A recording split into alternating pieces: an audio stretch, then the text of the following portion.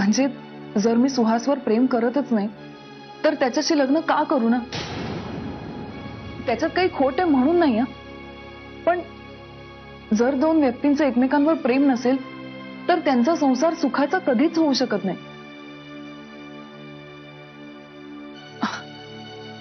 पण I am happy हे तुला रिअलाइज झालं. सत्यजित, म्हणजे आता मी त्याच्याशी लग्न केलं नाही तर चालणार आहे. तू थांबवशील ना हे लग्न? आणि लग्न मोडल्यानंतर मला तुझ्याबरोबर राहू देशील ना?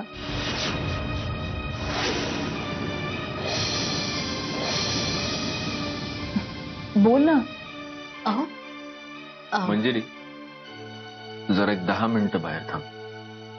मला बोलायचं प्रियाशी. बर. प्लीज.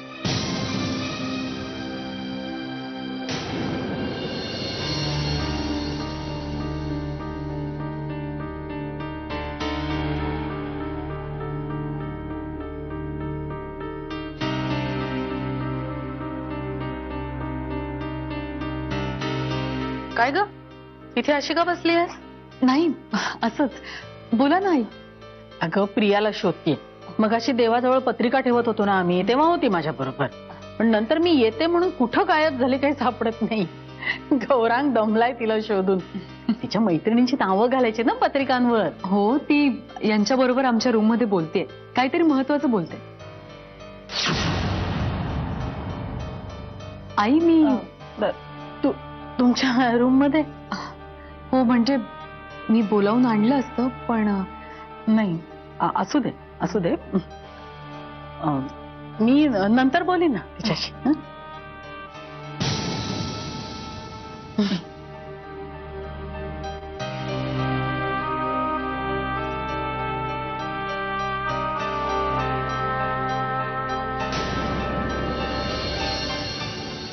तू माझ्यासाठी तिला बाहेर जायला सांगितलं.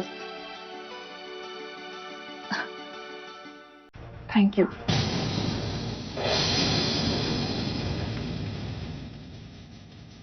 मला माहितीये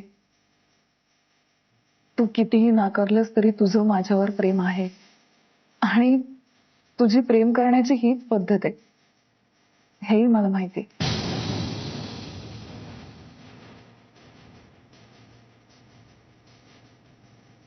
प्रिया, मी खूप हरामखोर आहे.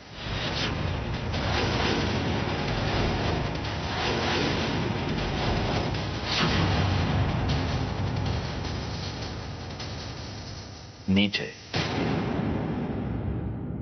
स्वार्थी आहे. अनेक वादळांनंतर माझ्या आणि मंजिरीच्या आयुष्यात आता सुख आलंय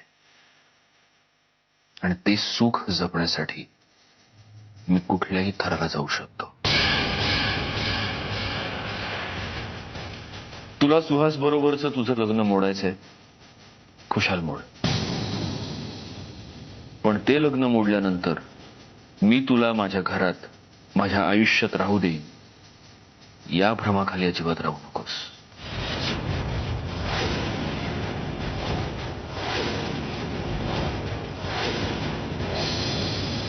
आणि कसं आहे प्रिया, एखाद्या माणसाला आपल्या आयुष्यातून काढून टाकण्यासाठी त्याला हाताला धरून घराबाहेर हाकलायलाच हवं असं काही नाहीये. 1000 कारणं शोधू शकतो मी. तू इथून दूर निघून जाण्यातच तुझं कसं भलं आहे हे मी जर घरातल्यांना पटवून दिलं ना, तर मान सन्मानानं वाजत गाजत अलगदपणे माझ्या आणि मंजिरीच्या आयुष्यातून बेदखल होशील तू कायमची.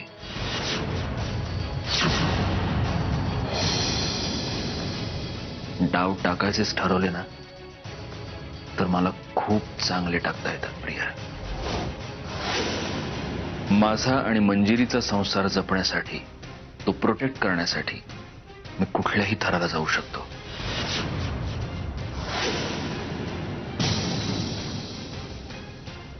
आता जर तुला सुहास बरोबरचं तुझं लग्न मोडायचं असेल,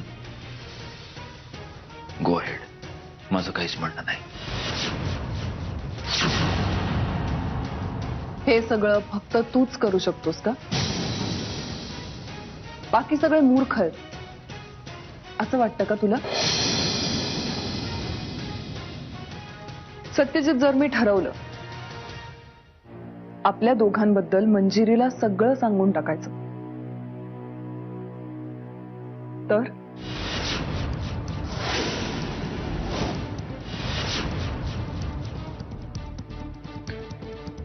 शेवटी आलीस ना तुझ्या लेवलवर. ब्लॅकमेल. पण कसं आहे प्रिया, एक साधं तत्व आहे. एखादा माणूस एखाद्या गोष्टीला धरून जर तुम्हाला ब्लॅकमेल करत असेल तर मुळात ती गोष्टच नाहीशी करून टाकावी. मग ब्लॅकमेल केलं जाण्याची भीती उरत नाही. तू जाऊन मंजिरीच्या कानात विष ओतण्याआधी मी जर मंजिरीच्या पायावर पडून तिची माफी मागितली आणि माझ्या सगळ्या चुकांची कबुली दिली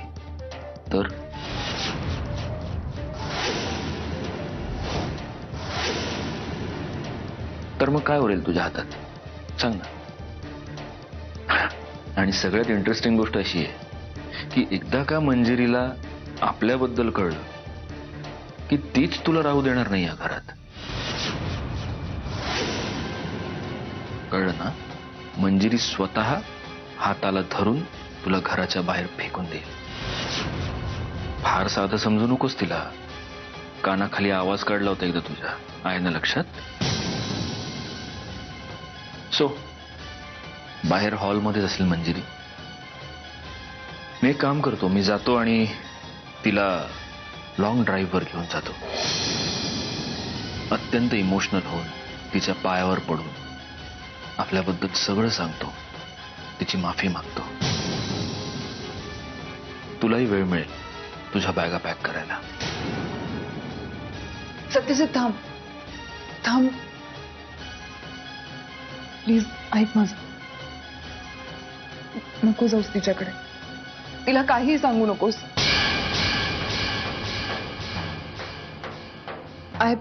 आय प्रॉमिस, यापुढे माझ्याकडून तुला कुठल्याही प्रकारचा त्रास होणार नाही. मी विश्वास कसा ठेवायचा तुझ्यावर? सत्यजित, स्वतःचा तमाशा करून नाही घ्यायचंय मला.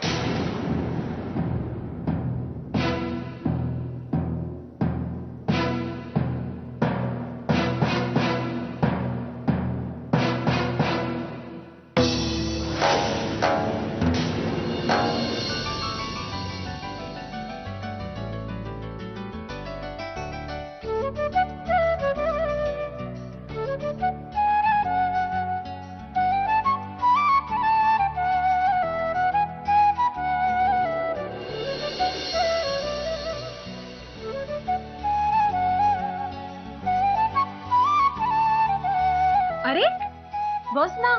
नग तू मारशील मला. मी कशाला मारेल? बाहेरच्या लोकांकडे जास्त जायचं नसतं. पण मी ह्याच घरात राहते. तू याच घरात राहते? हो. मी सोन्या. आणि मी मंजुषा. पण तू मला मंजुषा ताई म्हणू शकतोस. बघ, झाली की नाही आपली मैत्री? इथे एकटाच काय करतोय? खेळत होतो. कुणी बी नाही ना माझ्या संग खेळायला. पहिले नेत्रा वहिनी होती, पण आता तिला बी वेळ नाही. ते बाळ अजून लहान आहे, त्या संग बी खेळू नाही शकत मी. म्हणून कॅच कॅच खेळत होतो. बर, मग आजपासून तुला खेळायला एक नवा भिडू मिळाला. कोण? मी. पण तू तर मुलगी आहेस ना, मुलींना थोडी ना येतं खेळायला. अरे, असं कोणी सांगितलं तुला? असं काहीच नसतं. चल, टाक बॉल. ताई, तू तर सॉलिड आहेस. मग आमच्या आईतल्या मोठ्या मुलांबरोबर क्रिकेट खेळायचं मी. आता आपल्यालाही जमणार. येस. अरे,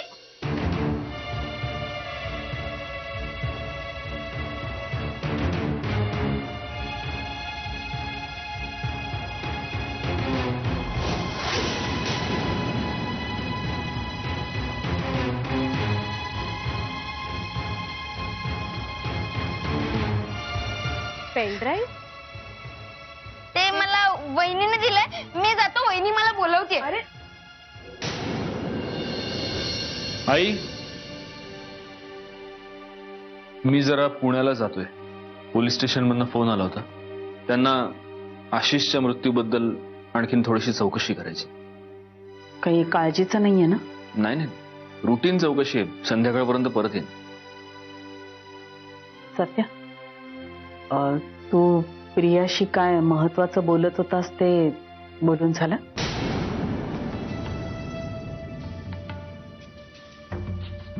आई, मी स्पष्टीकरण नकोय मला आणि मी जाबही विचारत नाही. पण एकच गोष्ट सांग सत्या, मंजिरीला असं बेडरूमच्या बाहेर उभं करून तू प्रियाशी आतमध्ये बोलत बसणं बरं दिसतं? आई, मला प्रियाशी जे बोलायचं होतं ते मंजिरी समोर बोलणं शक्य नव्हतं.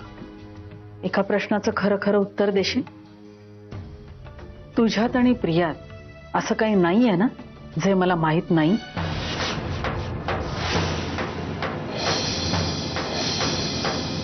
नाही.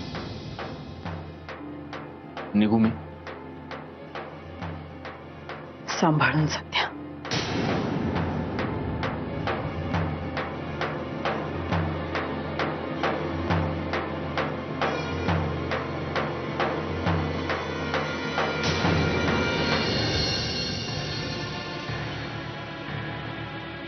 काय आहे यातनं आवाज बी येत नाही.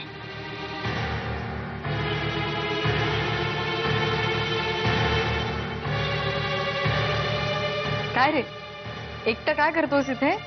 काय नाही. सोन्या, मी काय सांगितलंय तुला? खोटं बोलायचं नाही. काय लपवतोयस दाखव. वहिनी मी काहीच नाही लपवते. बघू काय लपवतोस. अरे, पेन ड्राईव्ह? सॉरी वहिनी. हा पेन ड्राईव्ह कुठे मिळाला रे तुला? का पेन ड्राईव्ह पेंडा? नावाचं राहू दे रे. कुठे मिळाला ते सांग. तुला कुणाच्या कामाचं असेल ना? तो मला खेळताना गावला, पण तो आता माझा आहे. अरे हे काय? असं नाही करायचं बाळा. हे कुणाचं तरी कामाचं असेल ना, काहीतरी महत्वाचं असेल त्यात. यात काय एवढं कामाचं? अरे याच्यात ना खूप महत्वाची माहिती साठवून ठेवता येते बाळा. पर आता तो माझा आहे. सोन्या, असा हट्ट नाही करायचा बाळा. तुला तुला ती लाकूड तोड्याची गोष्ट माहितीये? ती रे, एक लाकूड तोड्या असतो, त्याची ती लोखंडाची कुऱ्हाड असते. मग तो लोखंडाची कुऱ्हाडच आपली म्हणून परत घेतो. मग तो कसा वागतो तसंच आपण वागायचं असतं. आपली गोष्ट आपली असते.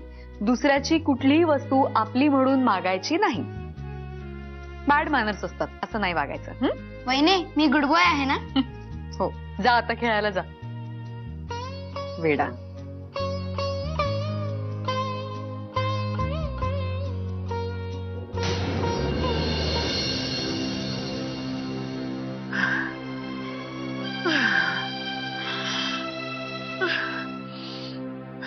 वहिनी, काय ग झाला तुझा त्रास सुरू? तुझा तो पंप कुठे आहे?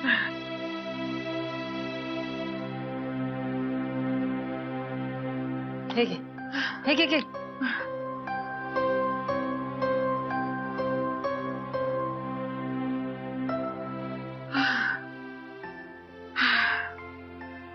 बरं वाटते का?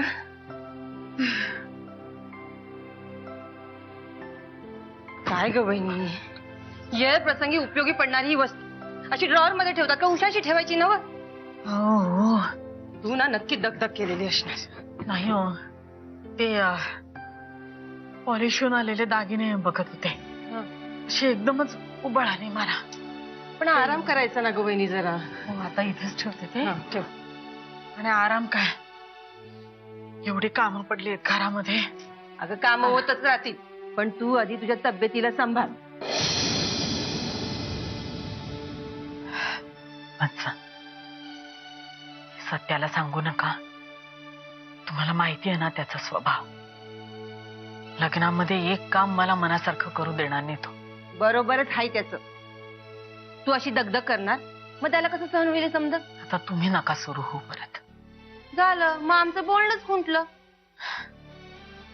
असं नाही हो. आता वय परतवे दमायला होतं ना आपल्यासारख्यांना.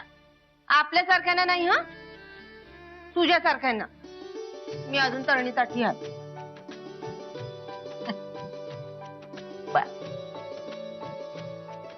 माझ्यासारख्या वयस्क म्हाताऱ्या माणसांना. बरोबर. पंच, हं? मी काय म्हणते, तुमचं बोलणं झालंय का प्रियाशी? कशाबद्दल? नाही, विषयावर असं नाही, पण सकाळपासून काही बोलणं झालंय का तुमचं? नाही ग. म्हणजे बघ, सकाळी आपण पत्रिका बघत होतो तेव्हा ती आलती. अगं आता ती तिच्या खोलीत असेल. हा, बोलून आणू का? नाही नाही, नको नको. काय, मला आपला सकाळी तिचा मूड जरा वेगळा वाटला. नाही ग, बरी होती ती. नाही, तुमच्या नसेल लक्षात आलं. पण मी देवापुढे पत्रिका ठेवायला घेऊन गेले ना तिला बरोबर, तेव्हा अशी दामटून ओढून आणल्यागत वागत होती बघा.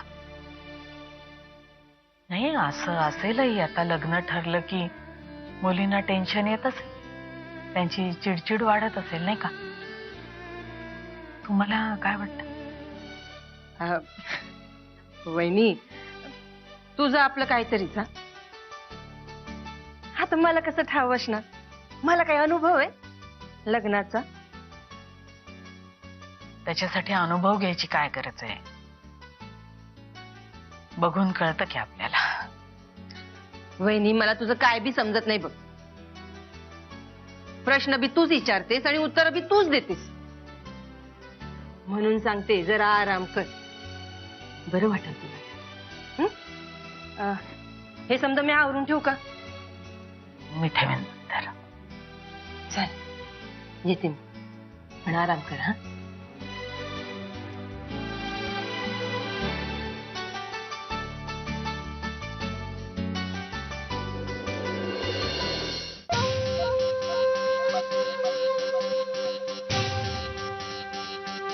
मला माहितीये सत्यजित, मनात आणलंस तर तू कुठलाही डावपेच टाकू शकतोस. तुझ्यातलं हेच किलर इन्स्टिंक्ट तर मला आवडतं. पण तुला माहितीये का, मी सुद्धा तुझ्यासारखीच आहे. मंजिरीसारखी मुळू रडत बसणारी नाहीये.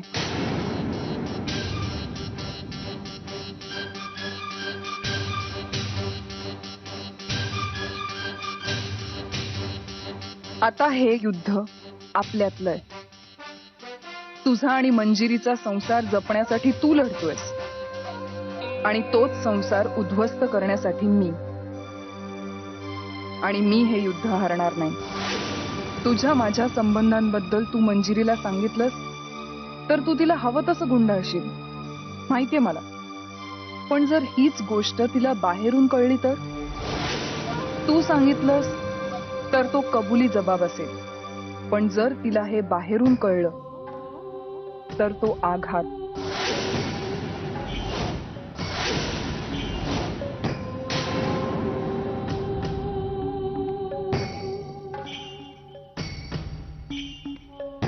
आणि युद्ध जिंकण्यासाठी असले आघात करावेच लागतात.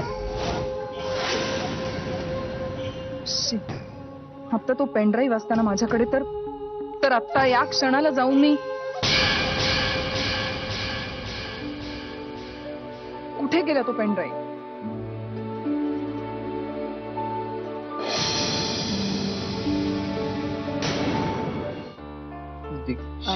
दीक्षित. भाऊजी, हा वहिनी, बोला ना. तुम्ही कुठे बाहेर चाललात का? अहो, बाहेर म्हणजे काय, प्रियाच्या लग्नाची गडबड. आई म्हणाली या पत्रिका कुरिअर कर. तिला बोललो आत्ताच जातो. अच्छा. तुमचं काही काम होतं का? हो, काम म्हणजे छोटंच. तुमचा लॅपटॉप हवा होता थोडा वेळ. अहो, आहे तेच, घ्या की. ओके. नाही, काय झालं ना, हे लॅपटॉप सोबत घेऊन गेलेत आणि सोन्याला हा पेनड्राईव्ह मिळाला. मी म्हटलं यांच्या कामाचं असेल तर चेक करून घ्यावं, म्हणून मागायला आले. हो आय नो. नाही नाही, ते बघा काय ते चेक करा, काहीच प्रॉब्लेम नाहीये. Okay thank you. वहिनी काय थँक्यू, लॅपटॉप घेऊ का, काय चाललंय? अहो मी तर म्हणतो हा लॅपटॉप घ्या, तुमच्या रूम मध्ये जा आणि आरामशीर चेक करा. नाही नाही नाही तसं नाही, अगदी छोटंसं काम आहे हे. चेक झालं की मग मी जाईन. बरं बरं ठीक आहे, मी आलोच. हो ओके बाय.